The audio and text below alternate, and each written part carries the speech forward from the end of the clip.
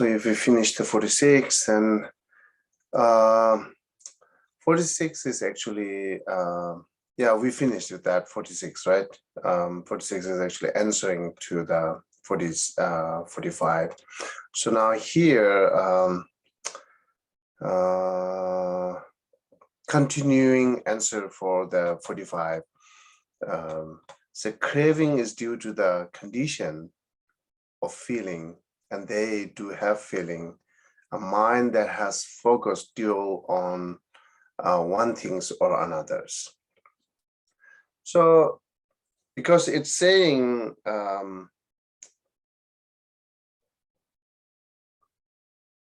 without seeing emptiness,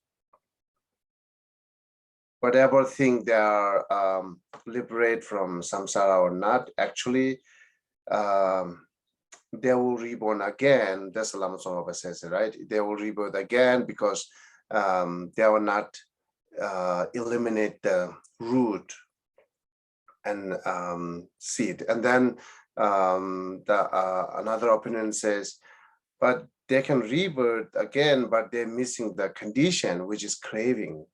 So then again, so they said craving must be have a two, which is the craving disregarding this discarding afflictions, right?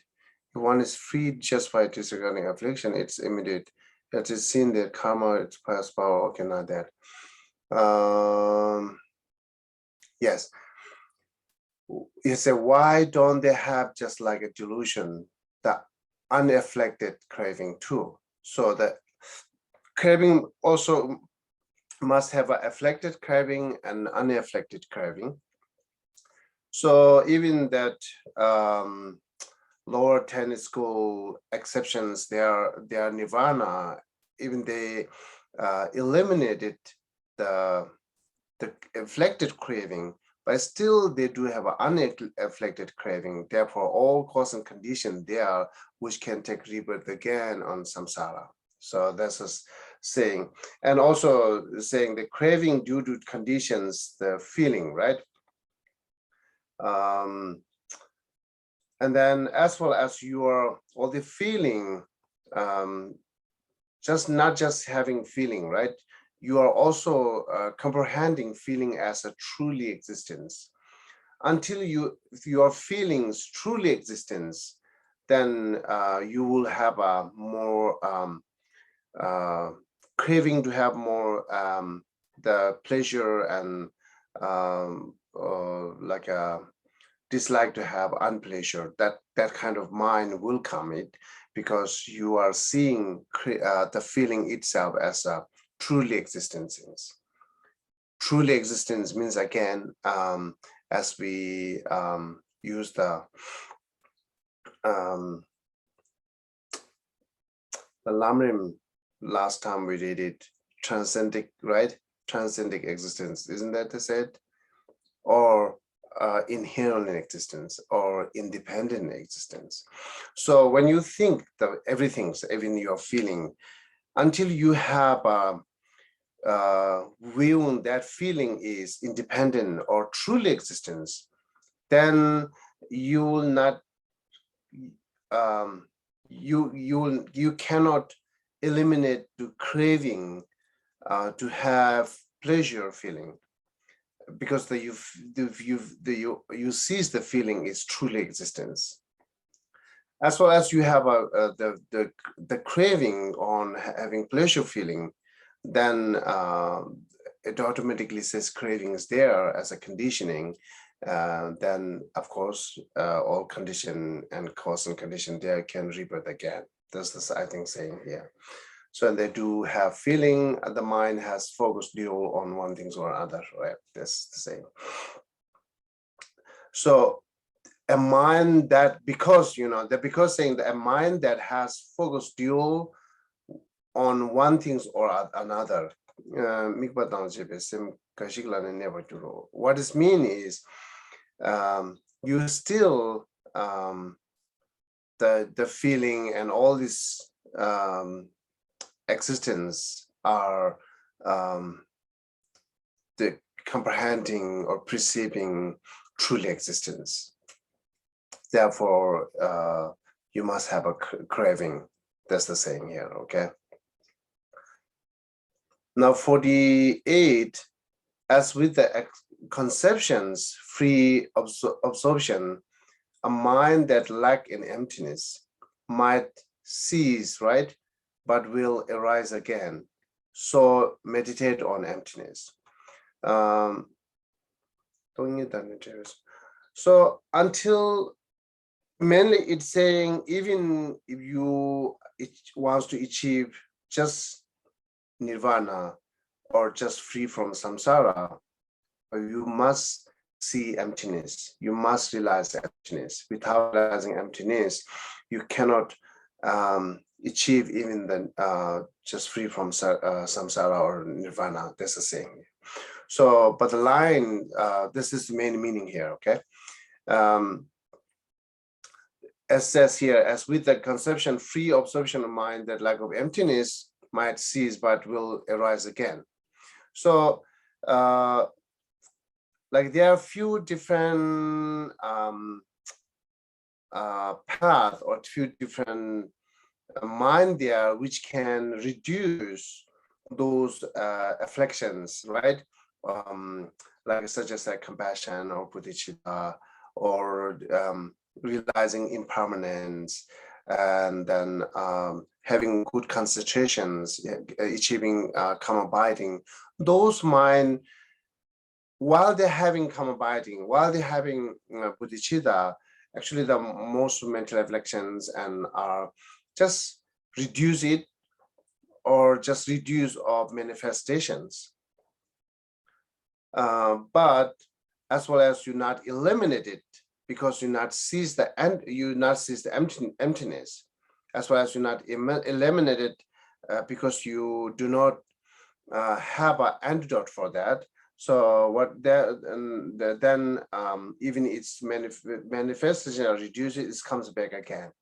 So this simple here, similar like right now we almost say we don't have an anger right now, right? But it will manifest few moments later. It will manifest tomorrow. It will manifest day after tomorrow, because we not eliminate the seed, right? So it's not counted temporarily reduce or reduced manifestation is the eliminate. We not counted. It comes back again. So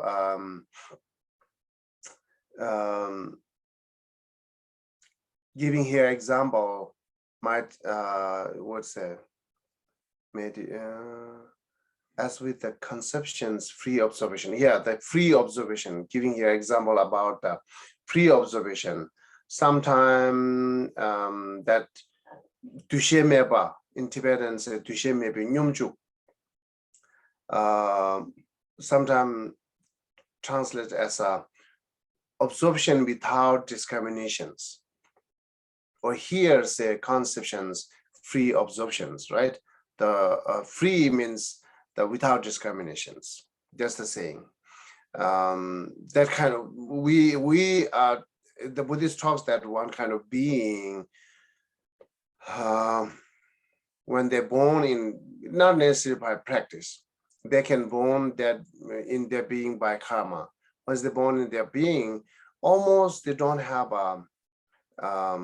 the all feeling and discriminations. Looks like a more unconscious. Today's example, we say unconscious, or yeah, that's how we said it, right? It's almost like unconscious, but the being is alive. It's not dead. So, but as well as the almost unconscious, then the feeling and discrimination will be not manifested. So that much you have a more peaceful, that kind of being saying. So saying even that being, right, who are free observations with the conception free observations, they are temporarily free from some kind of the painful suffering, because that's craving, discriminations, all feelings are not manifested. It's more kind of sleep, right? Or they don't have a gross level of feeling and discriminations, and so on. So therefore, they feel very peaceful. They're called as observation without discriminations, or sometimes says conceptualist equilibrium, I think equilibrium, so kind of, anyhow, conceptionless. That's the sometimes it. Sometimes the observation without discriminations. Here's a pre-observations. This is one kind of mind who being rebirth in more form realms. So it's having not having a desire. It's more in the form realm. Who rebirth there, they might have that kind of a mind.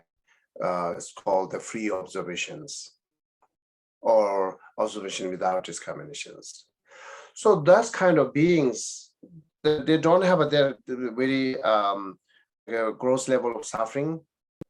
But as far as they're not eliminated, then it will come back again when they get out from that meditation of non-observations. Then all this gross level feeling and everything's come back, then it will feel suffering again.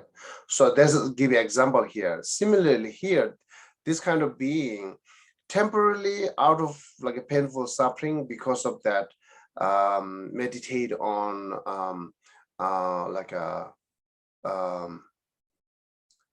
meditate on free observations, meditate on observation without discriminations. So, but they will come back again. Similarly, even you without realizing emptiness, you might have some kind of sometime you are these mental reflections are might be reduced or not manifested yet, but it's very temporary. It will arises or manifested again because you're not eliminated it, because that you not realize the emptiness. That's the saying here. So therefore, even you must realize, even for achieving nirvana, you must realize the emptiness. Okay, so saying here, as with the conception-free observation, a mind that like an emptiness might cease, but will arise again. Meditate on empty, and then if the conclusion so meditate on emptiness in order to achieve nirvana. The saying without meditation, just 16 aspect of Four Noble Truth is not powerful to let you achieve nirvana. Right? It will just temporarily reduce your the mental afflictions and temporarily reduce those some kind of suffering, but it is not completely eliminated. It's not eliminate seed, therefore it's come back. So therefore, if you want to eliminate that all those root of samsara, or if you want to eliminate complete suffering forever, then you must see emptiness, therefore, so meditate on emptiness. This is saying here. Okay, so any question from those two stanza? Are you clear if not? Yeah, Geshe, I have a question about verse 47. So I recognize this sort of causation here from the the 12 links of dependent origination. Craving causes feeling. Well, I mean, feeling causes craving, causes clinging, and causes rebirth and whatnot. But now the thing that I'm wondering is, so you hear these stories about like the for example, like the Mahasiddhas back in ancient India, who were able to sort of have feeling, but not have that feeling produce craving, from what I understand. So how does that exactly work with the chain of dependent origination here then? How exactly is there able to be in some, advanced practitioners a feeling that does not produce craving? Yeah, so it's saying the feeling, actually your question is feeling eliminate the please say it again. Can you more briefly? Yeah. So I'm wondering how some advanced practitioners like the Mahasiddhas were able to have feeling that did not produce craving. Meanwhile, Shantideva is saying here that, feeling always produces craving. Oh, okay. Having feeling but not produce the okay.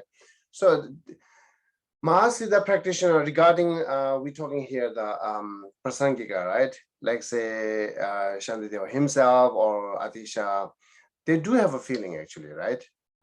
But they do have a feeling it not produce the craving because they sees feeling as illusions.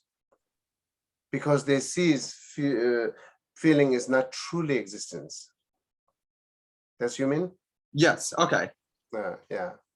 So here more arguing saying they're just realizing the 16 aspect of Four Noble Truth is not enough to overcome this craving because as well as because you perceive that feelings are truly existence. Until you feeling perceive or comprehend the truly existence, then you might have a craving to have pleasure and so on. That's the saying here.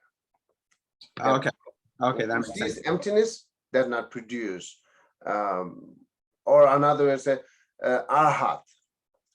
Arhat feelings never produce the craving, and Buddha's feelings never produce the craving, right? Because this is the emptiness. Okay. Okay. Thank you, Geshe. Okay. So anyone else need to more clarify with this two line?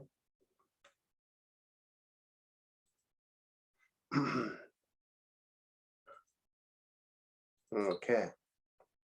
So now then go here. 49. If you accept as the Buddha's teachings, the word include in the sutras, don't you accept the great vehicle is mostly the same as your sutra. Looks like the topic is jumped, right? So because we're talking here, emptiness is important. Without seeing emptiness, you will not sees everything of root of samsara and any mental afflictions. That's we continues talking, right? And then when you see the 49, it kind of like a unrelated. This topic is not related with the above line. It's just kind of like new topics coming, but still it's related to the main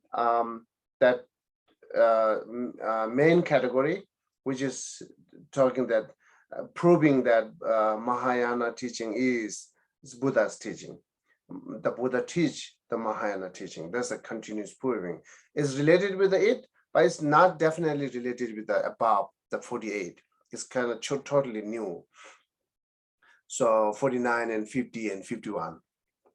So therefore, these three verses are actually the scholar are thinking it must be go above the word where he's saying here the Bodhisattva follows and walking. No one's free from seeing truth. Okay, I'm agreeing. Sorry. The teaching root is, he is saying here, this 40, 49, 50, 51 should be go before 44. And then continue from 44, it goes to, and then 52, right? That's the main scholar mentioning it. And include here Lama Tsongkhapa's main disciple. Right now, this is the main book. I'm reading it. The commentary by Geshe, who is one of the main disciple of Lama Tsongkhapa. So the Geshe also mentioned here, it should be goes above that at the 45. And also many scholars saying this is not the Shantideva's word. It's someone else added here. This is also saying. But who said that someone added in this here? The reason is only saying this is not connected with the above the line. See, just not connected with the above lines. That's the only reason to say that it's not the Shantideva's. Shantideva's not line. Not Shantideva is. Shantideva do not say that. Shantideva do not compose that. So that's the one way to say. Another hand, we see how much important to know the above line to knowing the below line. You can learn from here, right? If you forget the above line and then continues focus on the below line, then you are not really learning perfectly. So this is important part. So therefore now we have to say here this 41.9 is not connected to the above. That means we never said that before because all lines are connected to each other. The aboves are continuum topic. So it's like a related with the previous topic, the previous stanza, right? So now therefore here saying this one is not related with the previous stanza. It must be go before 44. So saying here. Okay, anyhow. So these three verses are continuing the proving that Buddha teaching, Mahayana teaching is taught by Buddha. It is Buddha's teaching. Okay. So now let's read the 49. If you accept the Buddha's teaching, that would include the sutras. Okay. The first two lines, right?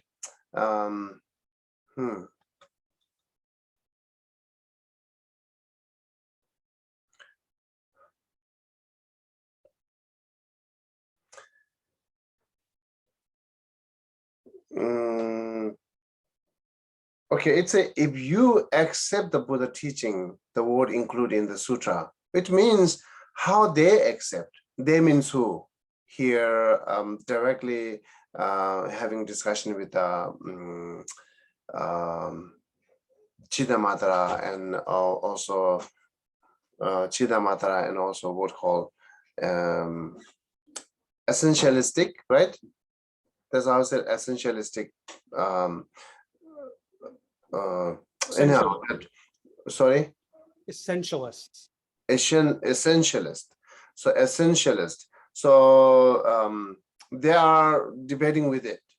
So and then how they accept it, or another way say Theravada traditions, right? So Theravada traditions are who are the rejected. Yeah, this is confused. Maybe better say the Pali traditions. Okay, the Pali traditions who are rejecting those Mahayana teaching is not the Buddha's teaching. Some scholar made it up. They're saying, right? So one of their reason is saying, if this is Buddha teaching, then must be taught 3 training, and Mahayana teachings do not see that 3 trainings. Talks the 3 training. The 3 training here, the morality, constitution, and wisdom, right? Which is subject of 3 basket. So the 3 training, they say Mahayana teachings not really shows this 3 training. Therefore, it shouldn't be Buddha teaching. So the Pali tradition teachings are Buddhist because it clearly shows that. So if so, then it says here, even the Mahayana teachings exactly taught about that 3 training, because the Mahayana teachings talks about the morality. Actually, they are the part of Vinaya rule or Vinaya discipline. Exactly common between Mahayana and Pali traditions, right? So exactly common. So as like how much the Pali tradition accept, Pali tradition think same exactly the Mahayanas follow that Vinaya. We are common, this is common teaching. That therefore the Mahayana teaching must be taught about the Vinaya rule or Vinaya discipline, as well as talks Vinaya discipline. It must be talks the morality. Then it's clear that Mahayana teaching talks morality. Top of that, we have more morality than Bodhisattva vows and Tantra vows, right? So talks really talks about the morality from 10 virtues up to Tantra vows. All this Mahayana teaching talks this to morality. Therefore, it's clear that Mahayana teaching talks to morality. And also Mahayana teaching talks that the constitution as well. So, and then part of the constitution, again, exactly talk. So how much regarding shamatha or karma abiding, how much that Pali tradition saying, how the Pali tradition described exactly the Mahayana described. This is common, very common. There's no different. So, and then also,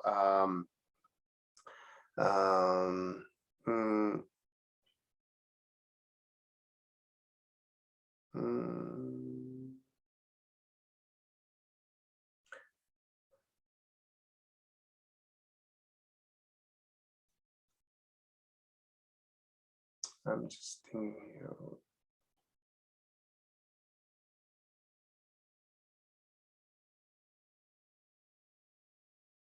Okay, and also the Four Noble Truth, Twirling Dependent Origination, Eight Noble Path. These are exactly common, like a four mindfulness, which they call Vipassana today, the four mindfulness. All this training and teaching and path are exactly same talks in the Mahayana. So therefore, Mahayana also taught it the constitution, the part of the constitution, right? So, and then part of wisdom, all the 16 aspect of Four Noble Truth, the Mahayana, in Mahayana teaching, you can see more clear and more details. So the Mahayana teaching talks about that 16 aspect of Four Noble Truth, and also talks that as well as talking about the 16 aspect, then of course the impermanence is there, selflessness is there. And then additionally, the Mahayana talks the wisdom of emptiness, right? So Mahayana talks all those and with more details and more deeper way, deeper perspective. So, and then additional, there are many different added as a Vinaya, the part of the morality, as I said, Bodhisattva vows and Tantra vows, constitutions, the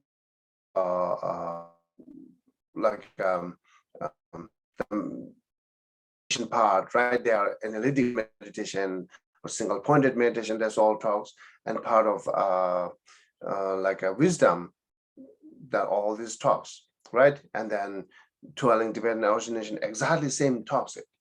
So therefore, it's proved that once the Mahayana answer for them, okay, we in our teaching, it's really clearly shows that three training with the talks in there with details, and many of them we commonly talks, and we have additionally. So then there are other proponents accept, yeah, okay, your few teachings are the Buddha's teaching, because which is talks about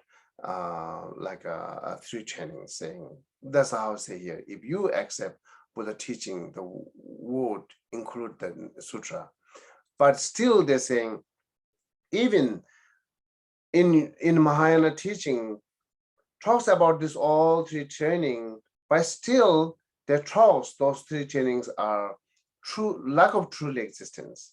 Therefore, some teachings are not really common with the Pali traditions.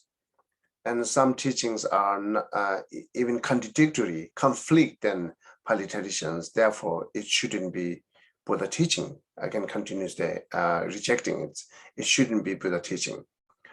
So then, let me read the Tibetan.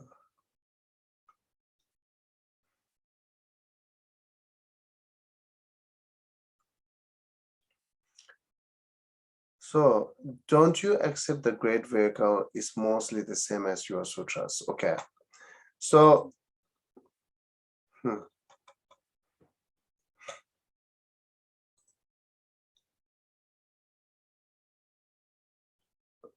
sorry for taking time. I'm reading the Tibetan commentary, okay.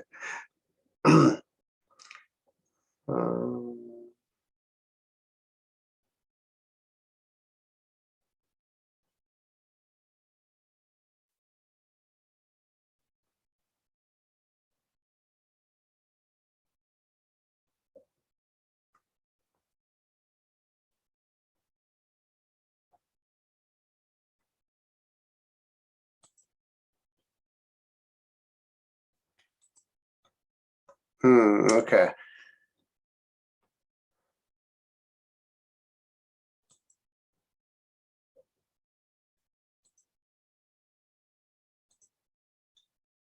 나강 도티라 주대 칼티 상기 송되나 티진 패시를 계작이 도덕 송받되 되 미남 되 도덕 송되 미남지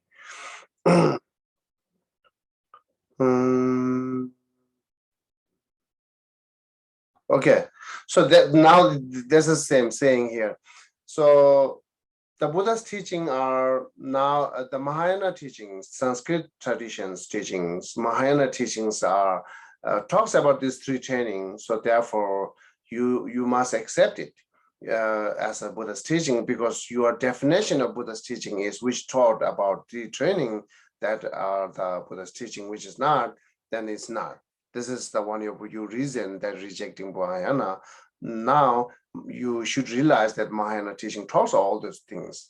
And top of that, not as I'm repeating here, talks about the Four Noble Truth and twirling dependent origination. It's not just only training or not only teach those Four Noble Truth and twirling dependent origination and so many other paths. It's not the top.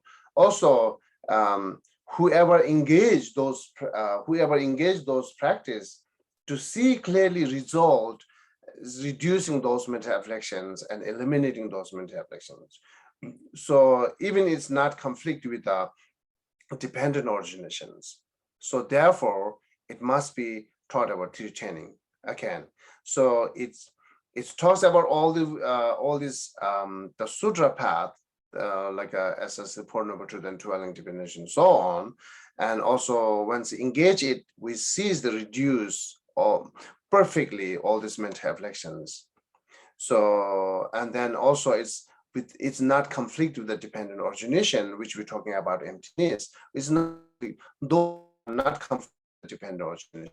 Instead of conflicting, so understanding the origination is more help and support that reduce those mental afflictions. So therefore, whether we have a same concept or not, but actual and practically it worked, it functioned how it should work. All these dharma are for reducing our mental afflictions, which is cause of suffering. All these dharma are for achieving nirvana. All these dharma are for achieving enlightenment. So even we have a common concept or not, even we have a common like discrimination or defining or not, but when we engage those, it lets you achieve nirvana and it lets you achieve enlightenment. So then what is problem? So therefore you must accept it. That's the saying, right? Okay. Yeah, at the time I remember one of the Melareba is debating with one of the Geshe who is having jealousy to he's famous. The meaning is here saying, I don't know, maybe if I say that makes you more confused. Okay, I'll leave it there.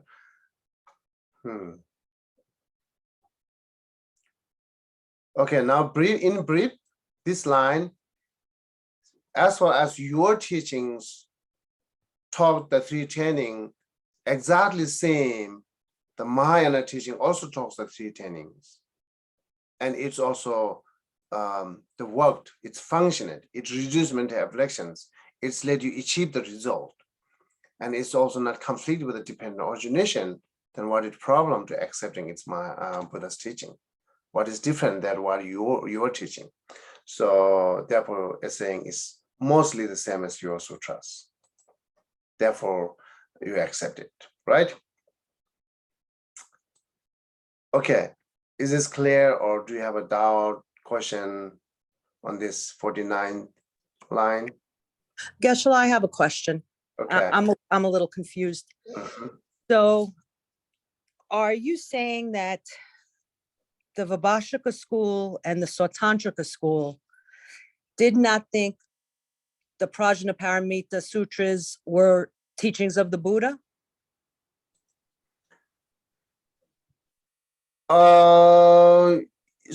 Yes, I can say yes. Okay, so now this is where I got confused, because I think you threw Chittamatra in there as well. And I wouldn't think that they didn't think that the Chittamatras also didn't think that was the teaching of the Buddha? No, Chittamatra belongs to Mahayana tradition. Okay, then I misunderstood you. I thought you said they didn't believe either. It's just the Vibhashika and the Sautantrikas that thought scholars wrote them, not the Buddha. Okay, thank you, Geshe. Let's say more clear, right? More clear. We cannot say whole Vibhashaka tenet school, all Vibhashaka and Sautantrika are not rejecting Mahayana. By special, the Sautantrika are not really rejecting Mahayana, right? More is in Vibhashaka tenet school. And even the Vibhashaka tenet school, not all. Right. Okay. Mahasanghika tenet school accept the Mahayana. They talks about similar as Mahayana. And this is the one example, the Mahasanghika, the tenet, one of them, right? Vibhashaka has 18 different schools, yes. 18. So the one of the called Mahasanghika, that talks exactly about this, what Mahayana talks. They accepted Mahayana. Even sometimes they talks about some Tantra teaching things. They accept it. So, and then there are also within 18, many of them accepting it. But yeah, some are rejecting. So that's how comes that all this debating. I see. Okay. Not all Vibhashaka and Sautantrika. Not all of them. Okay. Not all. And especially Sautantrika, very much less, almost not there. So more from Vibhashaka tenet school. And even Vibhashaka tenet school, there are other few schools are. Schools that agree. Okay, thank you. Yeah. So, okay, any other question for this 49?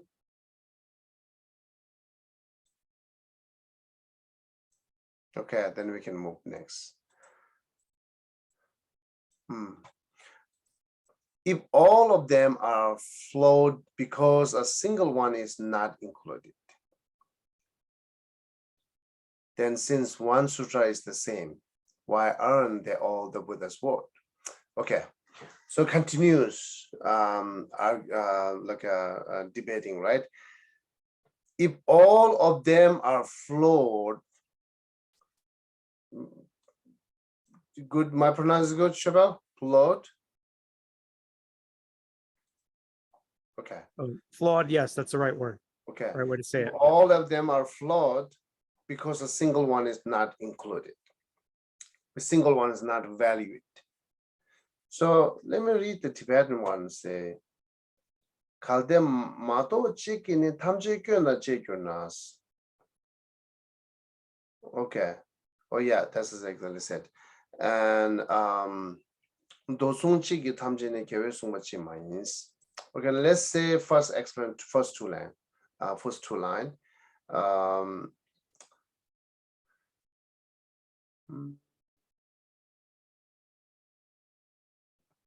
Okay, now they say, yes, we see the Mahayana teachings talks all this three training clearly, details. But still, their talks, those all three trainings are lack of truly existence. Therefore, we couldn't accept it is Buddha's teaching, right? So then it's saying, if you accept the sorry. All of them are flawed because of single one is not included, right? Single one is like I said, which talks emptiness. And there are a few other reasons there. The emptiness is now main topic here, which is the subject here, which is more discussion, right? So therefore, I will keep this as an example.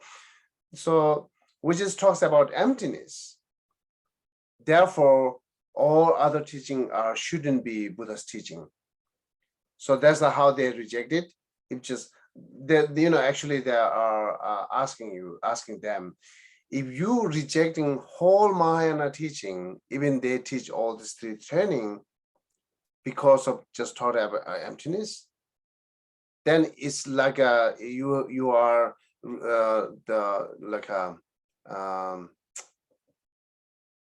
the floating, or all teachings are floating because of one single one is the float. So then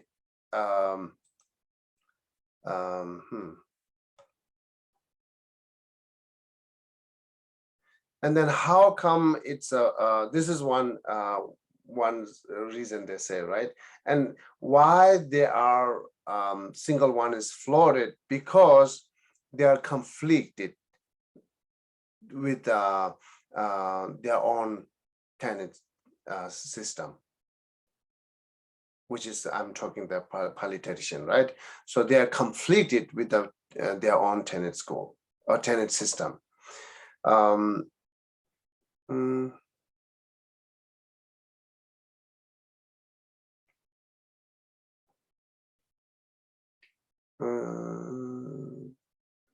Then one reasoning to refuting their statement is saying, if so, then we must be say all this the Pali tradition teachings are not Buddha's teaching, because same reason here what you say is complete than Mahayana.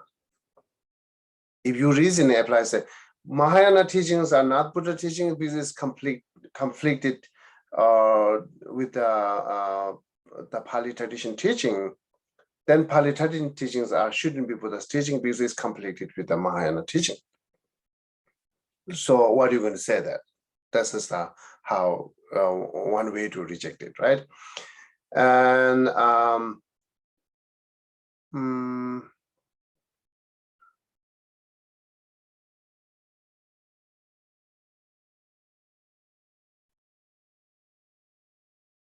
and another way, even the Pali tradition's teaching talks about similarly as emptiness, then which is Mahayana teaching, which is talks by Mahayana teaching, as well as they are similar topic, and then you rejecting Mahayana, not rejecting that other ones, and then it it shouldn't be go this way.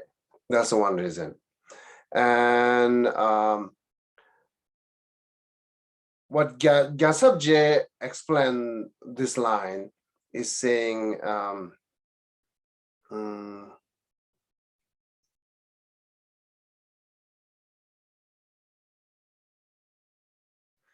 if one teaching is flawed, then you are discussing all other teachings, refuting all other teachings because one teaching is flawed. Then why you not do that? one teaching is correct, then all other teachings are correct. Why you need to? Why you not do that? That's one way to refuting. If one reason could makes everything's flawed, then there are other reasons good thing there. Why not that reason can make everything's good? In a simple way to say that. One reason say everything's bad, then why not one reason could be applied for everything's good?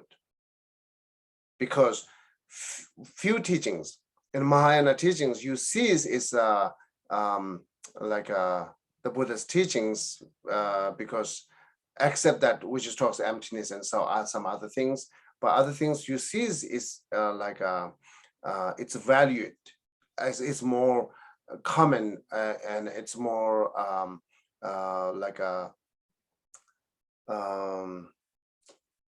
it's more common with your teachings. Those teachings you accepted, but the other teaching are you rejected. Because of the other teachings, then you rejecting all, then why not you think those teachings which you value it, to think then the all Mahayana teachings are valued. All Maya teachings are Buddha's word. Why not you do? Why not do same way to think it? I don't know. You understand or not? So let's say how much you understand now. This like explain this. Yeah.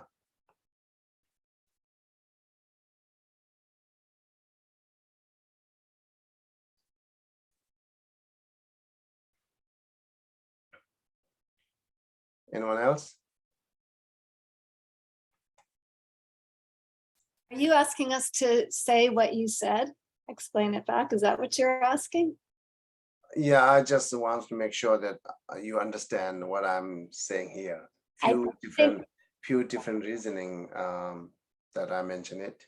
I think what you said was, if you're gonna think all the teachings are wrong because of one thing, then why not think the teachings are all correct because of just one thing? You understand, right? Is that what you were saying?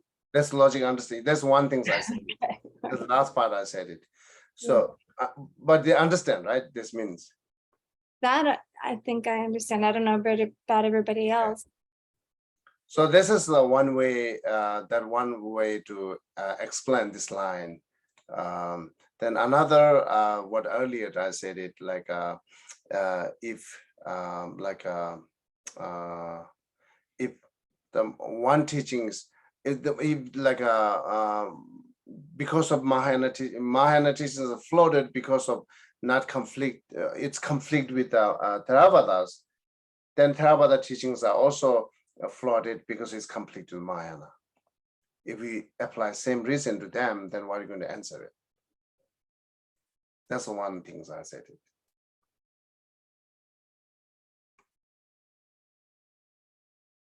Right? Yeah, so that makes sense too. So are you still asking for us to like say it back?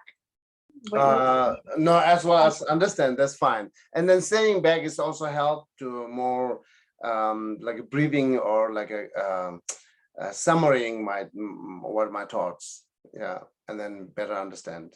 You can repeat it. Okay, you want me to try? If you're going to like reject everything because of one thing that Mahayana doesn't agree with, then why not reject, was it Theravada because of one thing? Is that what you were saying? Okay, let me say it again then. So yeah, it's saying if this all Mahayana teachings are flawed because it's conflict with the Theravada teachings, the Pali traditions teaching, then all the Theravada teaching should be the flawed because it's conflict with the Mahayana teaching. That's what I'm saying. Clear? Okay. I think everybody else is probably clear too. Okay. This is how I say if all them are flawed because single one is not included, And since on sutra in the same, why don't they all the Buddha's words? Why aren't they all the Buddha words? That's the meaning which I explained it. Okay. If you clear with this line, then I'm going to move next. Everyone clear? Yes. Okay. Actually, I'm kind of confused. Why are we? Is this having to do with those 3 lines that you said maybe people think were put in afterwards? The 49, 50, and 51. Is this why we're having this discussion here? This discussion is same as like above. Those are like answer for who reject the Mahayana teaching. Oh, okay. These are same. Actually, answer for who reject the Mahayana teaching, and then same time it's proved that this Mahayana teaching is Buddha's teaching. Okay, thank you. Yeah, this is how we're talking here now. Therefore, I say it's not directly related with this line, but related with the main topic. Okay. So again, if you clear with it, then I'm going to next 51. Okay, let me do that.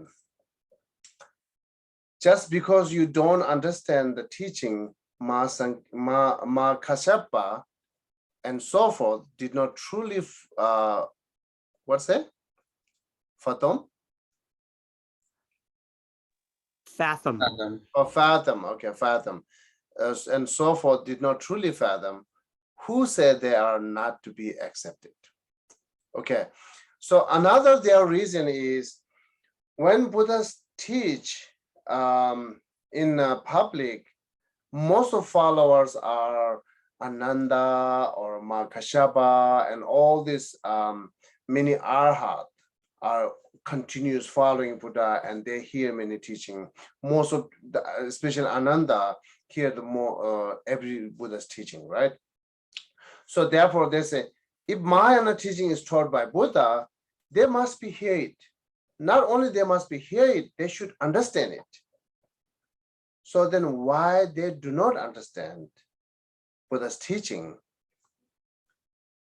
Include here, is name it here Kasyapa, because Kasyapa is that they are the main in the Buddha's entire disciple. So include Kasyapa and Ananda and so on. So they are not understand the Mahayana teaching. So, and then it shouldn't be Buddha taught, because if so, then they should be understand. They are the main who always followed Buddha. That's I said it. And the answer is here.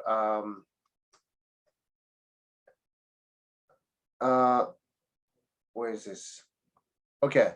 For do not truly fathom teaching, just because you don't understand the teachings of Mahasangha, so forth did not truly fathom, who say they are not be accepted. So I don't know. Let's read that. Ngagang wisung chombola sobe tingbo ma gyurwa dini kyogi ma tokbe sungja mimbo sushi. Okay, so who says means because of Mahakasyapa and the Buddha disciple not understand, therefore it shouldn't be Buddha teaching.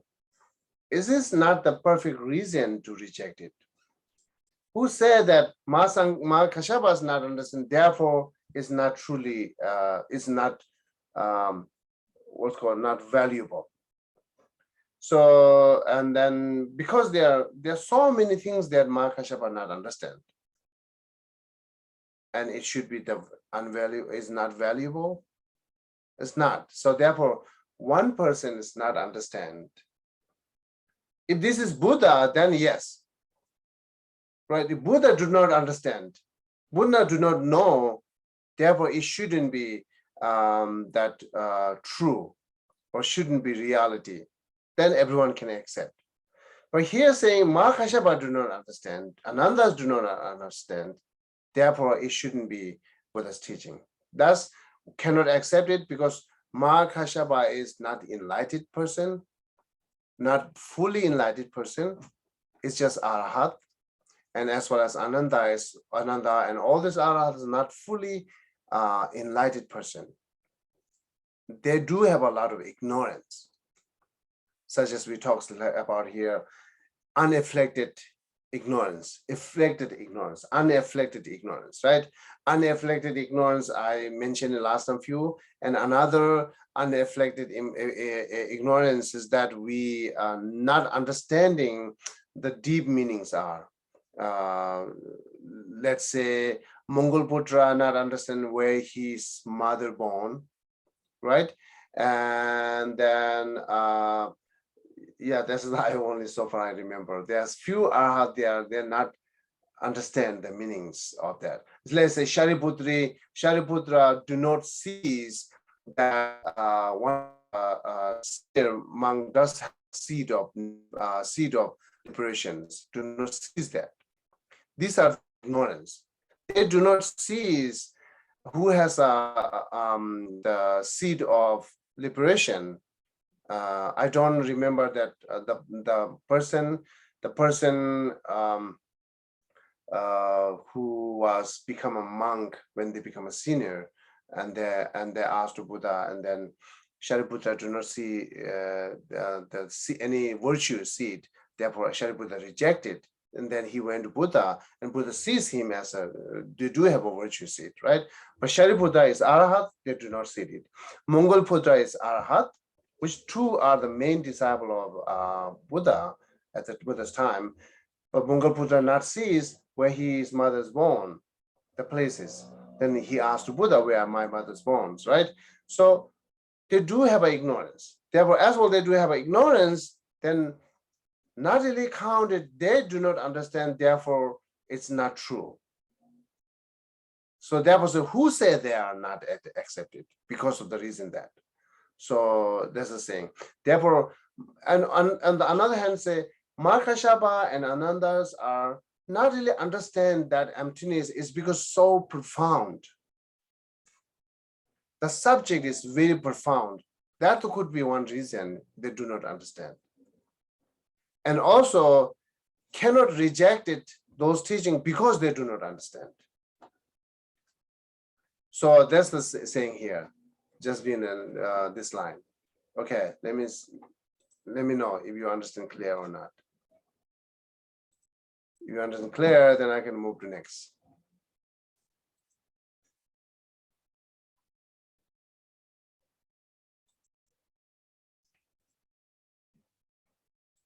It looks like it clear, okay. Happy to know it.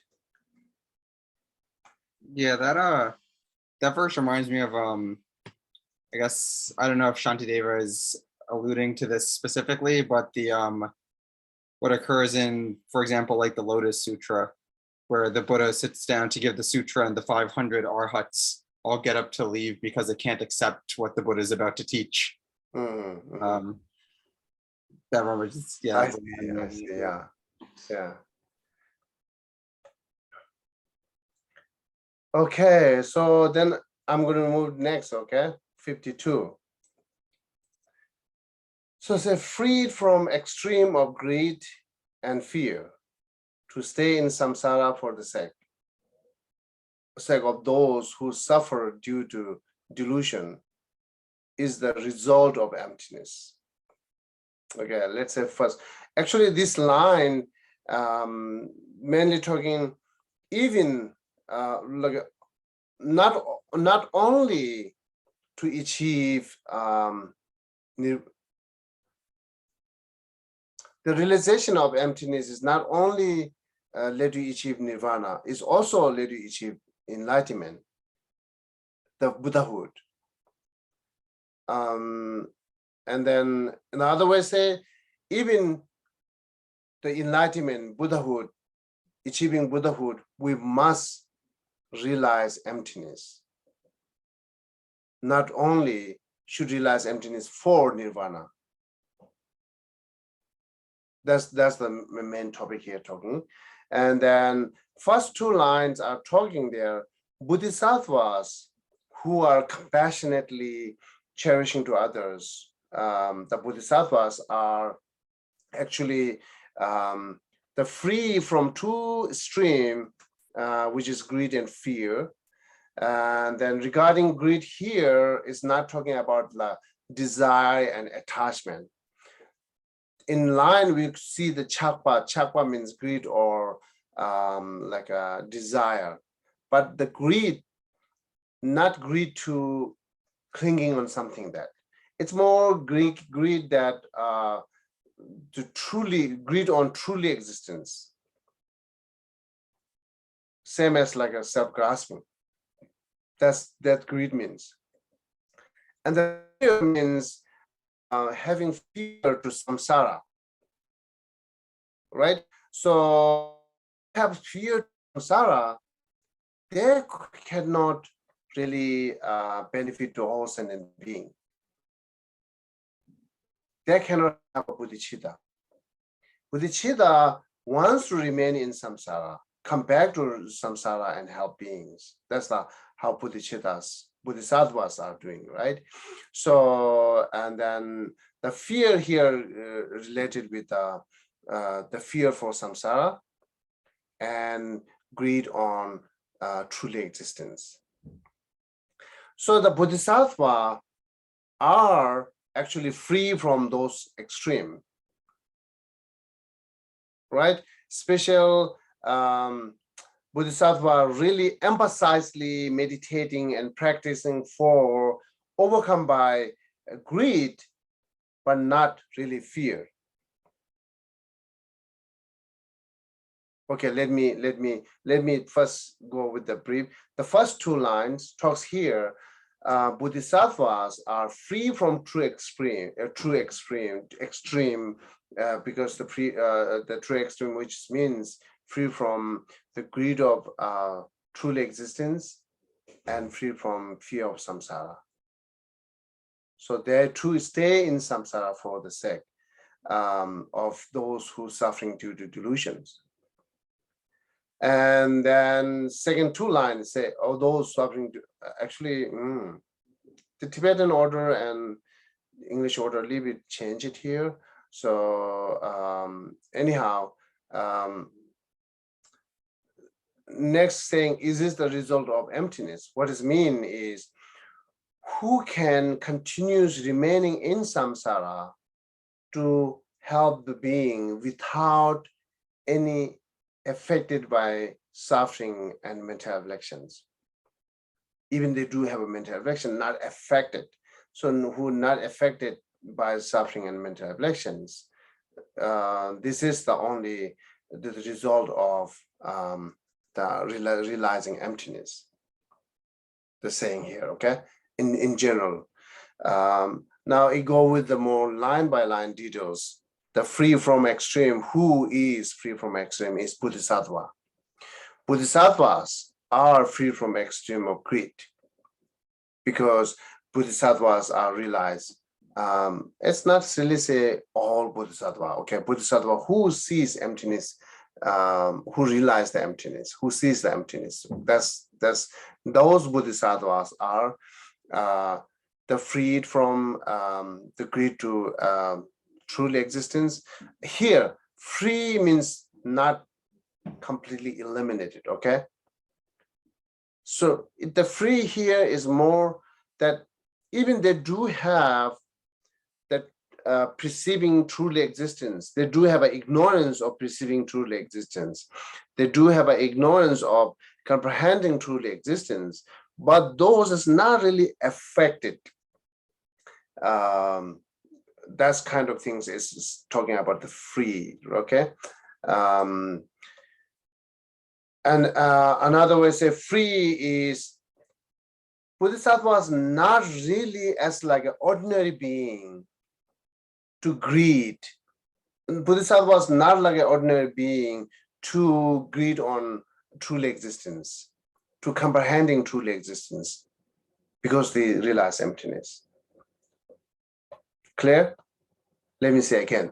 The free Bodhisattvas are free from the extreme of greed on truly existence as like a ordinary being because of very less emptiness. Important. I'm saying as like ordinary being. Okay, that's important. So ordinary being who never sees, they have very strong perceiving and comprehending truly. Everything, whether they see, think, whatever, is must coordinate or associate with the ignorance, which is perceiving truly existence. So Bodhisattva are free from as like a who is ordinary being perceiving as like a truly existence. Free from that. It's not saying completely eliminate. Okay.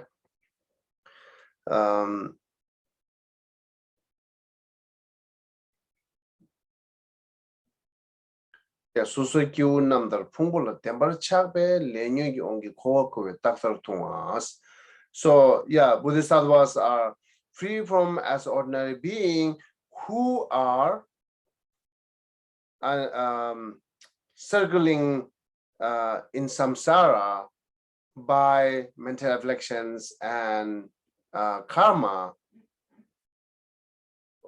because of having that strong ignorance perceiving inherent existence. And Bodhisattvas are not like that. That's just kind of free from greed.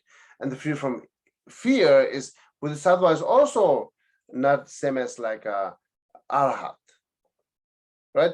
Arhats are just only they achieve nirvana because they have strong fear from samsara, and that's the reason they only achieve nirvana. So Bodhisattvas not really fear to samsara as like a arhat does. So therefore, not free from extreme of greed as like not as like a ordinary being, and free from extreme of fear not as like a arhat or like a lower practitioners. Okay. So this is the saying. Why? Because of that saying, stay in samsara for sake of those who are suffering due to delusions.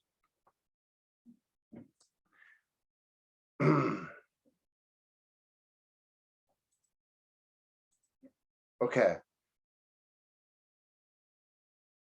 And within these two, Bodhisattvas are more emphasized and putting more like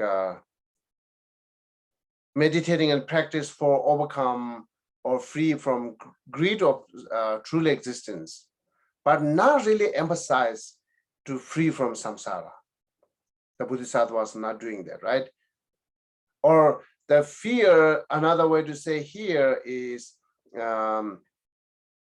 Shivanyangde, that's we say nirvana, the peace of nirvana. Nirvana is peace, that we say, right? Peace.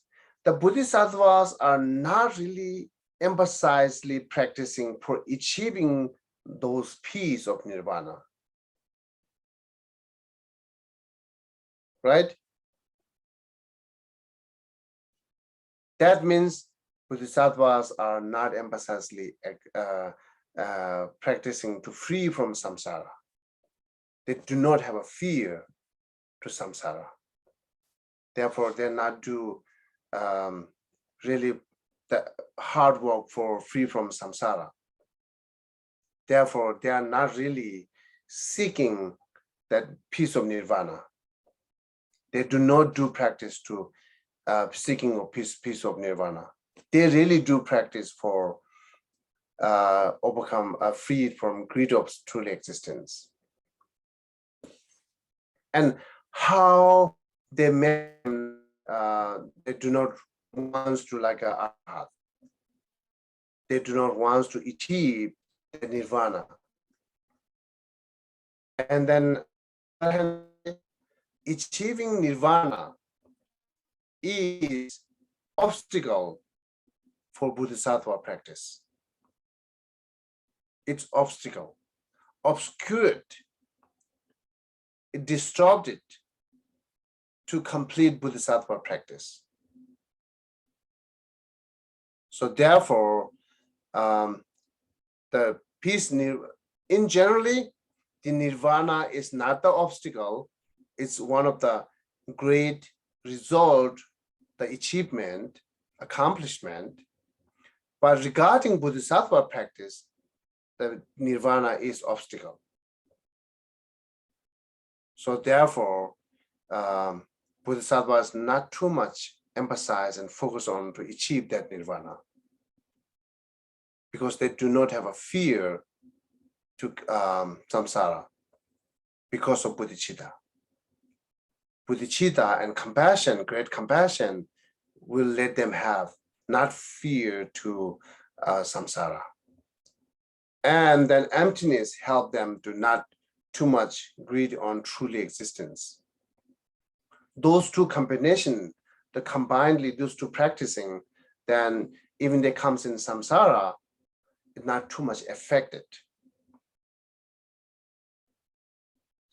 So, and that's saying this is the result of emptiness. These are the result of emptiness. Because when you realize emptiness, then all the suffering happening in our samsara, you feel same what the ordinary or the other people are feeling, right? Bodhisattva, who is not still become arahat and enlightenment, they will feel same suffering, but big different experience. Right? They feel suffering, but not that heavily experience it. So that's because they have a great compassion and realize the emptiness.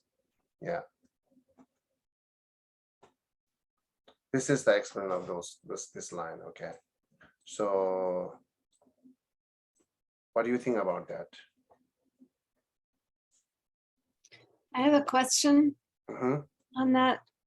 When you were earlier talking about this verse, I think you said something about the bodhisattvas were free, but they hadn't eliminated something. Did I misunderstand you? Or It's true. and what did they not eliminate then if they are free? What did they not eliminate? They're not eliminated yet self-grasping.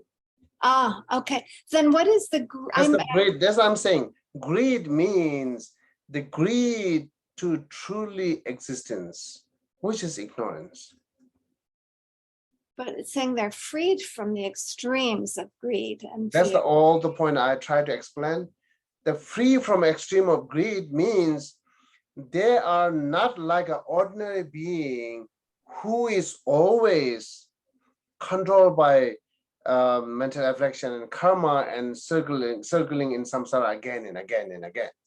Oh, They are free from that. The Bodhisattva is free from that. And then even they do have the grasping, which is like the ignorance, but they are not that much affected affected to ordinary being. okay. Thank you. Yeah, that's the one kind of things you can think is free.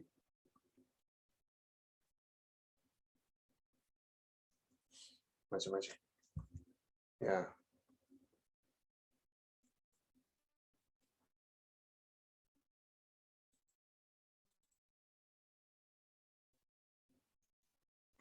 Anything else? Okay. What have any question on this line?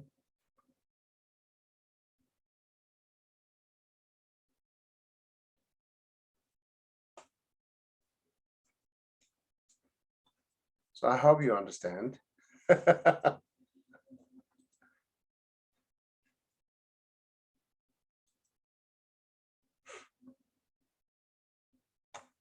We can take a time, no rush, right? So yeah.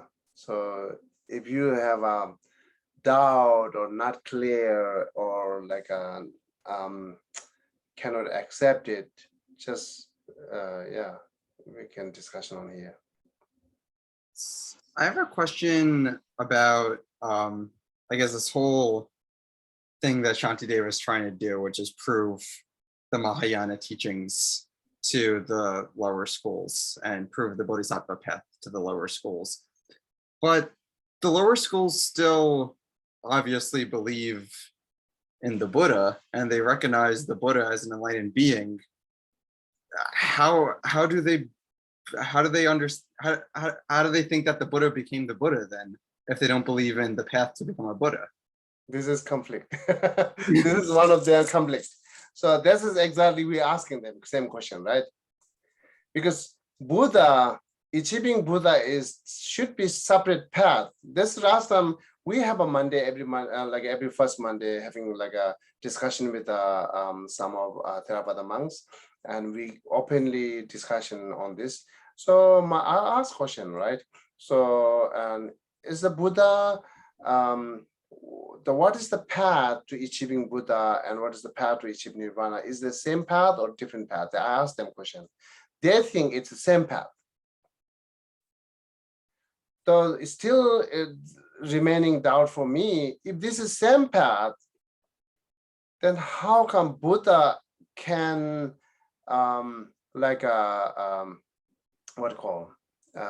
sees more than Arahat sees? How come Buddha understand more than Arahat understand? Because the same path to lead the two different results. And this is question. How come same path can lead the two different results? And another way to say that even the two different results, which is come by same path, the one sees everything, another sees not really everything. So as this is one conflict, and they are not accepting 1,000 Buddha and countless Buddha. The lower schools are not accepted, and special some lower school, one of the few of the Vibhashaka, Buddha means only one Buddha Shakyamuni. That's it. No more other Buddha. That's what they accepted. And today's our Theravada friends, they're talking about 7 Buddha, include the Maitreya Buddha, the 4th, who's coming in the next time. They count 7 Buddha. So Mahayana talks countless Buddha. They talks very limited Buddha. So that's the really we have to think again. This is I see a little bit conflicted. Yeah. Thank you, Geshe. Yeah. What is their response if you broach the question, why does the Buddha clearly have some kind of higher knowledge that the Arhats don't have, like through the examples you gave for Mogulputra and for Shariputra? So if you ask that to them, then what is their response? I not really mentioned the Shariputra and Mogulputra. I'm generally asked them, and then I forget. They say something. I really forget that. Yeah, they say something like it. Okay. Yeah. Maybe we can listen to the recording again. Maybe it's not the last Monday, the previous Monday. That's the discussion goes. Yeah. Okay, that's one conflict, I think. Yeah, I'm brought that up because I remember I heard an argument from someone from the Theravada school argue against the Mahayana, the Bodhisattva path in general, and they said, well, we have this whole collection of these Pali sutras. If the Buddha wanted us to become bodhisattvas, why didn't he teach about it? And the responses were, well, he did teach about it, you just don't believe that's what he actually said. It is actually. And here, Shantideva, one reason to proving Mahayana teaching is Buddha's teaching, the more regarding with the emptiness, right? But if you go with the Palita text, it has a whole reason, every reason they rejected, give answer for that. But here I saw extra reason right now, 3 training. Yes, Buddha, Mahayana teacher, 3 training. Otherwise, most of reason proving by yes, emptiness is work, emptiness is functional, emptiness is powerful. That's also proving that way. The Shantideva text is not the only one who are rejected those saying the Mahayana is not the Buddha's teaching, right? And then especially Shantideva, as I'm repeating here, only one reason said that. Within those reasons, two simple reason that understandable is saying, or recently said it, if you rejecting Mahayana teaching because it's not same meaning with the lower school, then reflect it, return it, return it, same. Then we can say, then if you have to accept that the lower school, 10 school, the teachings are not Buddha's teaching because it's complete with the Mahayana teaching. Simple reason, right? And then it's understandable.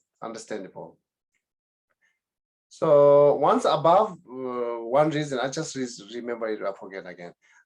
The 2 reason is very simple and easily understandable. So that, and then still, who are really rejecting that Mahayana teaching is not Buddha teaching. At the way beginning, they said, you are not when you are young, when you are children, the Pali tradition is not value for you. It's value for you because you learn it after you study it. If you study the Mahayana teaching, you will find the same reason. But before you study it, before you go on it, you immediately reject it. Immediately you are don't want to study on it, right? That's the way rejecting is not really proper way to reject it. It's a bluntly rejecting it. And also, many of them, I think today's who rejecting, I can say bluntly rejecting it. But who reject earlier time, they have a good reason. They have a many good reasons. Those good reason is exactly answered by Baba Viveka in his text. One by one is answered. So far I found like 18 or 19 that give reason that rejecting Mahayana teaching is not the Buddha's teaching. And then each gives answer. The 2 are here, which is include 3 trainings not include there, therefore it's not Buddha teaching. It talks emptiness. It talks emptiness as well as talks emptiness. It talks nihilism. It shouldn't be Buddha teaching. So those 2 here more we talks here. Other are you can find in the Baba Viveka text, and also you can find in Maitreya Buddha's ornament of sutra that how rejected. And then Nagarjuna text also you can see that how they refute them, how they answered them. Yeah.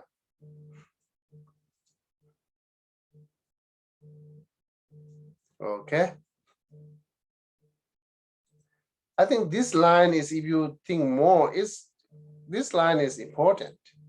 This line talks a lot, actually. Right? This line talks a lot to us how to do practice. With understanding of how Bodhisattva was doing, why they too much like to come back to samsara. Which mind makes them to come back to samsara? Which is encouraging them to come back to samsara. Even they come back to samsara, the suffering are not too much affected. Why? How they make the suffering is not too much affected. See, we can learn a lot from this line. I really encourage you and suggest you to read more commentary of this line, verse 52. It talks a lot to me. Yeah, I actually have a question about that verse 52. When it's saying how the bodhisattvas are free from fear of samsara. However, it seems at some stages of the path, fear of samsara is used in, like, practice of renunciation or the practice of taking refuge. You know, a lot of it's based around fear of the lower realms and fear of, you know, suffering, essentially. So I'm wondering if that's supposed to be like a fear that is cultivated and then just gotten rid of later on, or is I'm confused as how the bodhisattvas end up without fear if so much of the path is cultivating fear. You know what I mean? Yeah, I understand. It's a very good question. Very good question. So the renunciation is actually say renounce to all samsara, right? The renounce all samsara. Yeah, bodhisattva still need to achieve renunciation before they achieve compassion and bodhicitta. But the renouncing, way to renouncing is, and what really renouncing is, right? So they're renouncing to what we call to other people having suffering.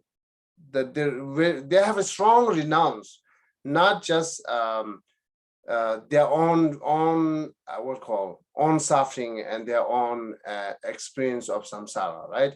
So most the way beginning, so they are begin would think the all mother sentient being is my relative and so on and so on. That's how they generate bodhicitta. And same way, renunciation is also seeking not just nirvana, seeking enlightenment for all sentient beings, and seeking all sentient beings to achieve liberations.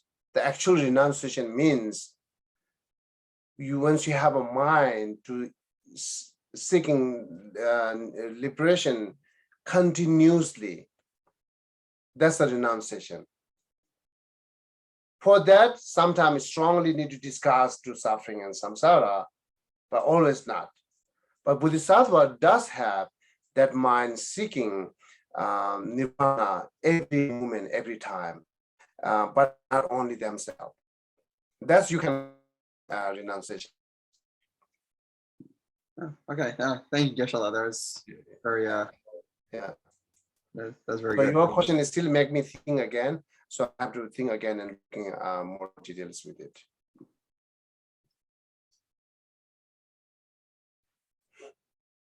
Okay.